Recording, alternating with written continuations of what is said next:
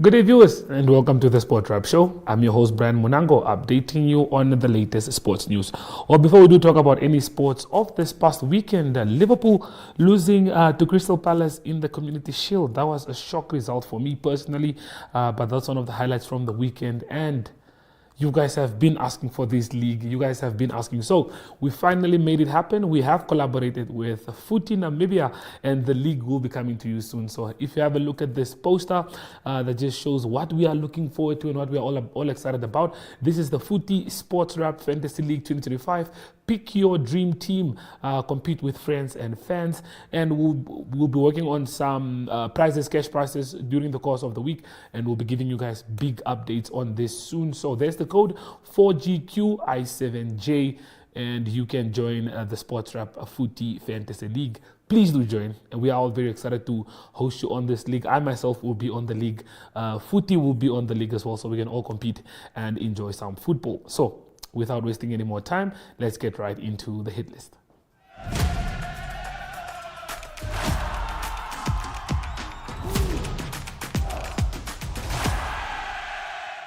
So first up on the hit list, the Billie Jean Cup, which concluded in Windhoek on Saturday with the finals taking place, was an event that started on Monday and ran through the whole week at the Central Tennis Courts here in the capital city of Windhoek. For the first time in Namibia that the Billie Jean Cup was played in, it was broadcasted live on NTV, DSTV channel 285 and GoTV as well. So you can also check it out on our OneUp tool, where we do have some interviews of the winners at the end of the tournament, with Morocco showcasing a lot of skills in the tournament against Kenya. So please do stay tuned as we listen to the interviews. We are joined by Angela from Team Kenya. Angela, a tough loss against the Moroccan team. How are you feeling? Sad. Obviously, it's been a tough tournament, some tough conditions that we've seen. Anything that you've learned, anything that you believe your team can improve on in the future? I would say we really gave it our all, just didn't go our way. But all I can say is, I don't know. I feel like it was tough to play on these courts, and also with the balls. I feel like they don't align because the ball is like high altitude and it's hard court, so it was very quick. But as a team, I just feel like we just need to go back, work on ourselves, tennis-wise, and hopefully try for the fourth time to qualify. Hey, well, we are so proud of you, all of us Namibians, and I'm sure everyone in Kenya as well. Thank you so much for talking to us. We can't wait to see what you do in the future. Thank you.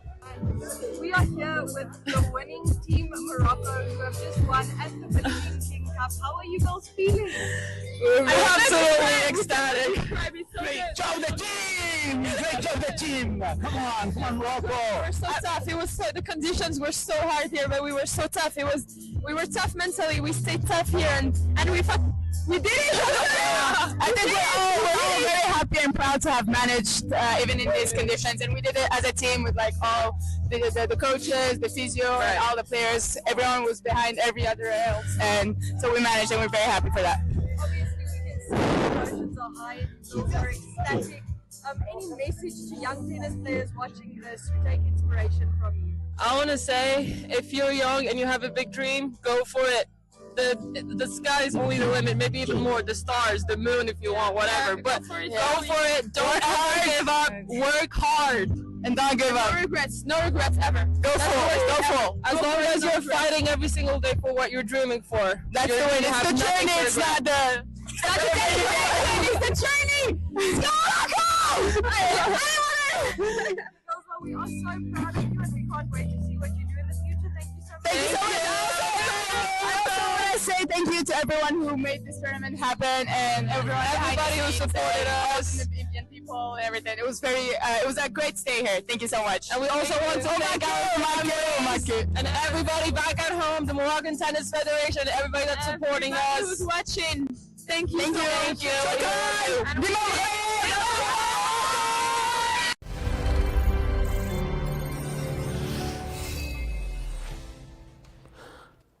Huge congratulations for Morocco. You can see the enthusiasm and the happiness after claiming victory in the Billie Jean Cup, and they will be now moving on to Group 2. On to our next story. Country Club was the place to be on Saturday night, where Energy Ngitumba took on South Africa's boxer, and the South African boxer was definitely proclaimed as the knockout specialist, having fought 10 fights and won all 10 by knockouts. Well, this was before he ran into Energy Ngitumba. I think things turned out very different for him. He didn't expect what to happen to him. So we do have some highlights.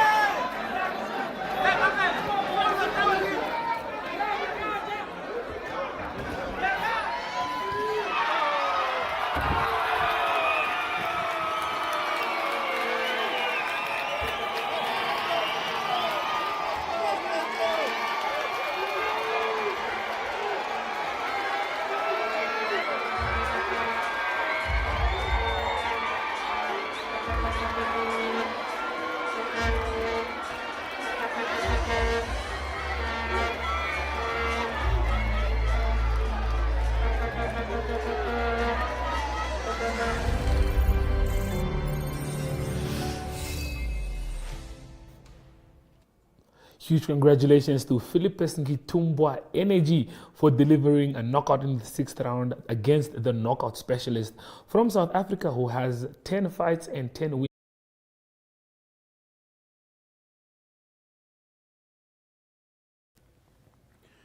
From the heart of the continent to its uncover untold stories and spotlight the people driving change. Plus, stay ahead with daily weather forecasts and economic updates to navigate your week with confidence. With direct coverage from our correspondents on the ground, we bring you in-depth access to Africa's beating heart. Mondays, Mike Situla reports from Zambia. Africa, good morning. Tuesdays, Talent Gore covers Zimbabwe. Africa. Wednesdays, Rorisang Mokojwe brings Botswana's news. Dumela, Rorisang. Thank you very much, Ashwin, for having me right here on Africa. Good morning. It is always a pleasure to be here with you all. Thursdays, Ari Hogarth tackles South Africa. Yes, very good morning, Ashwin and Anna. Yes, a good atmosphere. And Fridays, we focus on Namibia's bold narratives. From thriving cities to rugged plains, our team is there, capturing the rhythm of a continent on the rise. Africa, good morning. Enesag winning against Al Natan. Tsumeb Gymnasium losing to defending champions Windhoek High School. 2028 Windhoek Afrikaans Private won, just beat Moria 32 20. We do have the highlights from the VOP and Walvis by private game, so stay tuned for that.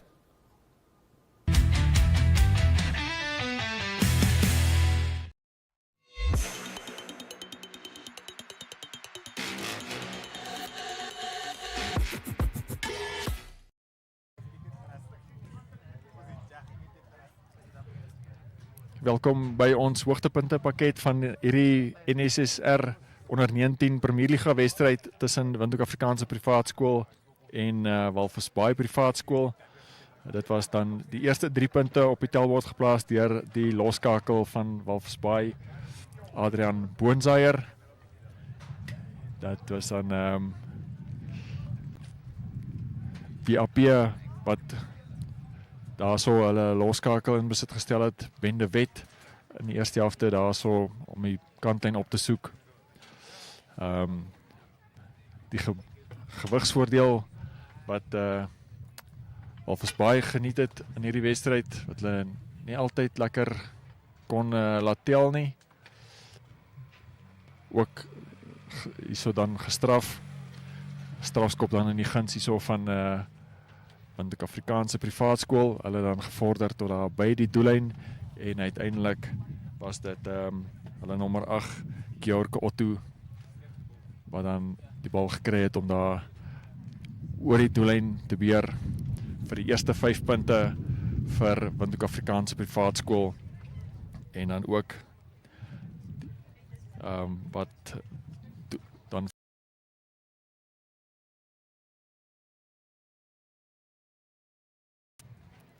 hierso Tiaan van der Westhuizen, die haker en kaptein van Walvis Bay wat hier so 'n goeie beweging aan die gang gesit het. Sterk loopie ook deur Valentino Nigambo, nie altyd uitgewerk het.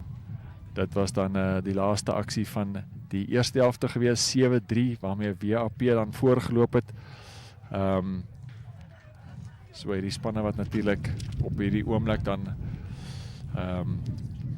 Walvis Bay wat 5de is teenoor die 6de posisie van WAP, maar WAP wat definitief hulle man gestaan het hier op hulle tuisveld. Goeie vertoning geweet, goeie bal wat daar weggekry is na vlugvoetige mannetjie wat daar uitstekende 3 gaan druk het om beheer te neem van hierdie wedstryd. Hier sou ook Walvis Bay wat moes terugval. En dit is hulle nommer 23, Jaden Blou, wat daar grond toe gebring is, dan ongelukkig vir hom gestraf. Tikskop hier daar geneem is deur John Muyambangu vir Windhoek Afrikaanse Privaat Skool. Hulle het op die aanval gebly en uitgevat daar na die regterkant toe en baie goeie 3 aan gedruk daar.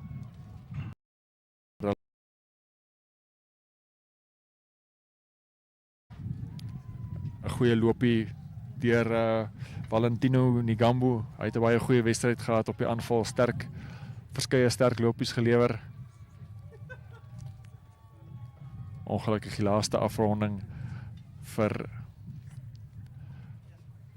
Walvis Bay wat hulle dan 'n bietjie in die steek gelaat het.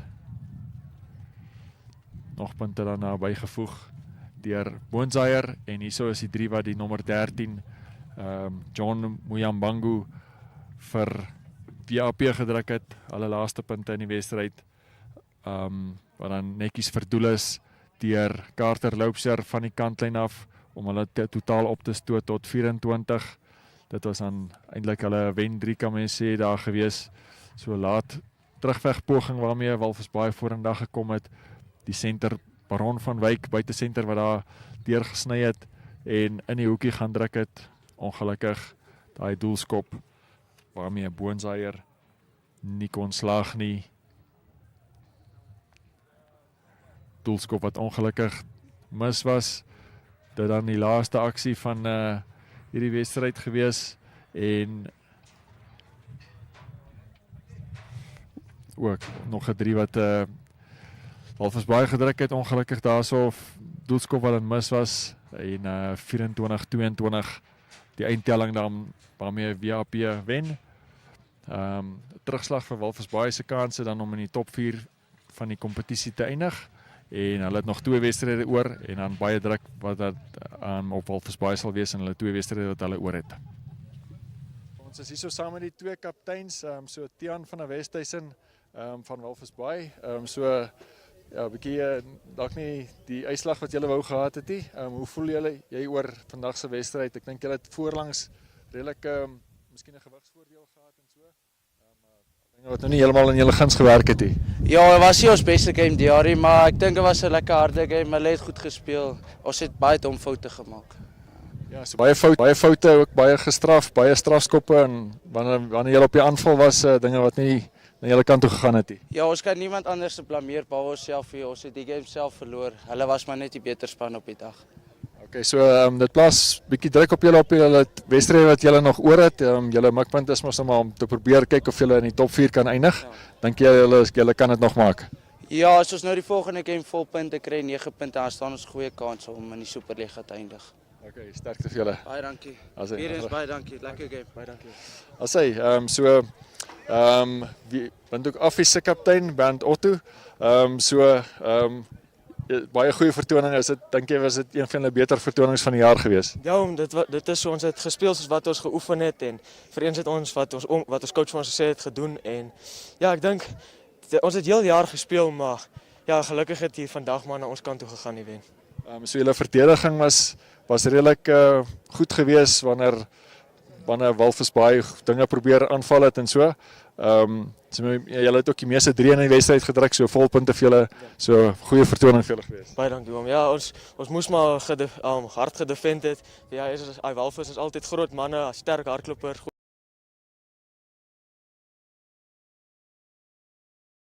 Ja, ek bly ons het dit gedoen. As hy baie geluk, baie goeie vertoning van jou span. Baie dankie oom. As hy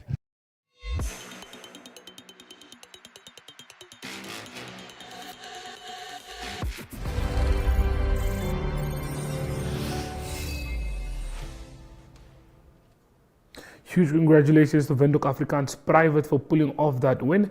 If we have a look at the log standings after that round, well, it's set to get more interesting by the match. As we can see, Windhoek High School still sit on top spot, having not lost any matches, played 6, won 6. Moria are in second, having played 7 and won 5. And they lost 2 matches, lost to Windhoek Gymnasium and to Windhoek High School. And then Windhoek Gymnasium are in 3rd place, Tsumeb Gymnasium are in 4th, Walvis Bay Private in 6th, Windhoek Afrikaans Private in 6th actually. Yeah, Walvis Bay in 5th, and then the Danish are in 7th, Al Nathan and Pro Ed Academy occupy the last spots, with not more than 2 or 3 games left for most of the teams as we're getting ready and we're getting closer to the semi-finals. So it's set to be a very interesting round of matches to look forward to with a couple of matches still left. If we have a look at the JSB Gold Cup that also took place this weekend, in our feature match we did see FNB Wanderers taking on FNB Kudu, and this is how it all played down this weekend. Rioboth lost to Grootfontein 27-34, a big bounce back for Grootfontein after losing to UNAM in the opening match. Rioboth lost to Wanderers, but it was a close call, yet they couldn't get over Grootfontein. UNAM looked to be in some good momentum, in some good form, winning their second match of the tournament, beating Grootfontein and now beating Trasco United 33-29, a very, very close game. And I think the shock result from the weekend has to be Wanderers beating Kudus 50-38. Kudus are the defending champions of the NRU Premier League, but it looks like Wanderers have found their feet, or I do not know what the chats are. But we have the highlights from this match. Not only the highlights, but we do have the interviews with both captains after the game. So let's have a listen to what they had to share. Ons dan die eindtelling 50 punte vir Wanderers, 38 vir Kudus. Wanderers wat 7 punte 7-3 gedruk het, so hulle vat 6 liga punte uit die wedstryd uit. Kudus wat dan net 1 liga punt kry vir hulle het nie 7-3 gedruk het nie, so omdat hulle meer as 4-3 gedruk het, kry hulle 1 bonuspunt, maar hulle is dan nie binne die 7 om 'n verloor bonuspunt te kry nie. So ja, dit dan die situasie in ronde 2 van die JSB Gold Cup en ons groet dan tot 'n volgende keer. Ons is hier so saam met Kudus se kaptein Alexander Jansen, jou eerste wedstryd as kaptein vir Kudus. Ja, harde wedstryd gewees. Ja, groot geleentheid gewees, eerste keer na die vorige finaal. Hoe voel jy oor vandag se wedstryd? Kan sien hulle het met 'n plan gekom. Hulle het ons voorgemeet. ons het hier opgedaag vandag en ons kon sien op die scoreboard dat dit gewys. Kudos na hulle toe. Hulle het 'n goeie game gebring. Hulle wou ons terugkry na die finals en wil net sê dat alle eer gaan na God toe vir geen ernstige beserings en back to the drawing board vir ons. Ja, so julle het redelik baie strafskoppe afgestaan. Hoe voel jy daaroor?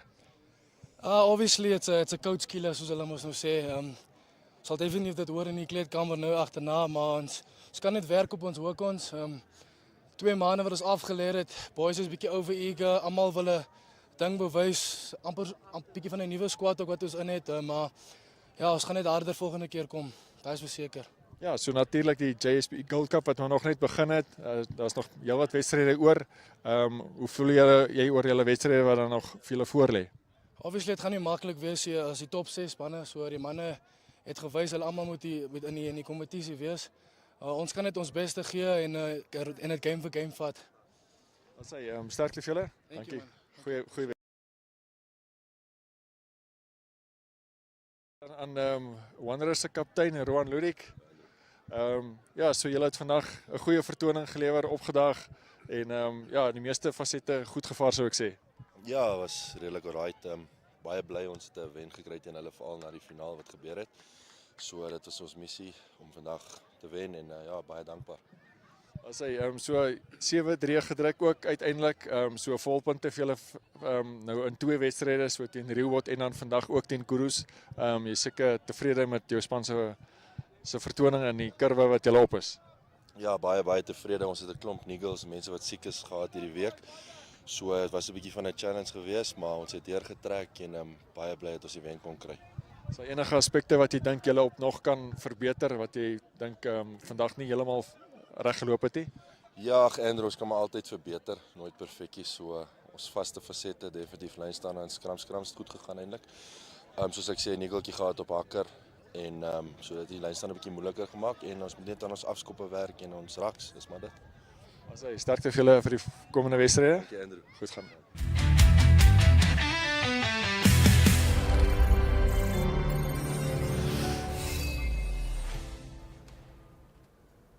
Huge congratulations to Wanderers there. Well, before we do move over to Ari, let's have a look at how the log standings look after the second round of the JSP Gold Cup. FNB Wanderers now sit on top of the table, having played 2 matches and won both with 12 points. FNB Unam are in second, having played 2, won 2 as well, not claiming maximum points, but they have 10 points. And Kudus are in third, having played 2, won 1. And lost 1 and 7 with 7 points. Grootfontein are also there with 7 points, and Rehboth and Trusco United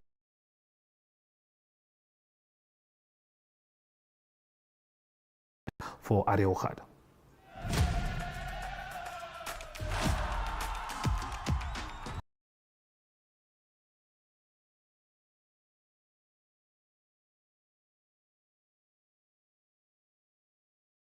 Championship that was played on the PGA.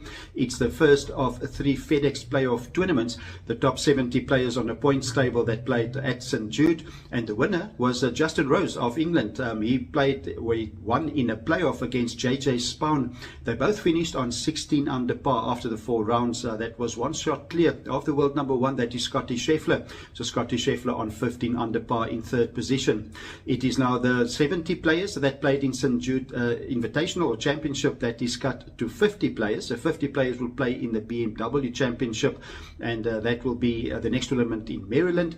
And it is unfortunately no South African that qualified in the top 50 on the points table. It is Ulrich Potgieter that just missed it. He finished on 52nd. That was after the 4 rounds, so he's not playing in the BMW Championship. On to soccer news in international sports news. It is the English Premier League season that will start this week. It was first this weekend. It was the Community Shield final, and that is the winner of the English Premier League title, and that was Liverpool that played against the FA Cup winners, and that was Crystal Palace. So that game was played at Wembley over the weekend, and it is Crystal Palace that won that game on penalties, 3 penalties to 2. The game ended 2-2 draw after normal time. So what's happening now with the English Premier League that starts this weekend? It is English Premier League champions Liverpool that opens the season. That's on Friday evening. They will play a home game against Bournemouth, and then it is the Crystal Palace that will play on Sunday. They have a away game against Chelsea. Closing off today's international sports news, it is cricket news. It is South Africa, the men's Proteas team that's touring Australia. That's for a one-day series. They will play 3 T20 games first and then also 50 over internationals. The first T20 game won by Australia, and that was by 17 runs. The game played in Darwin.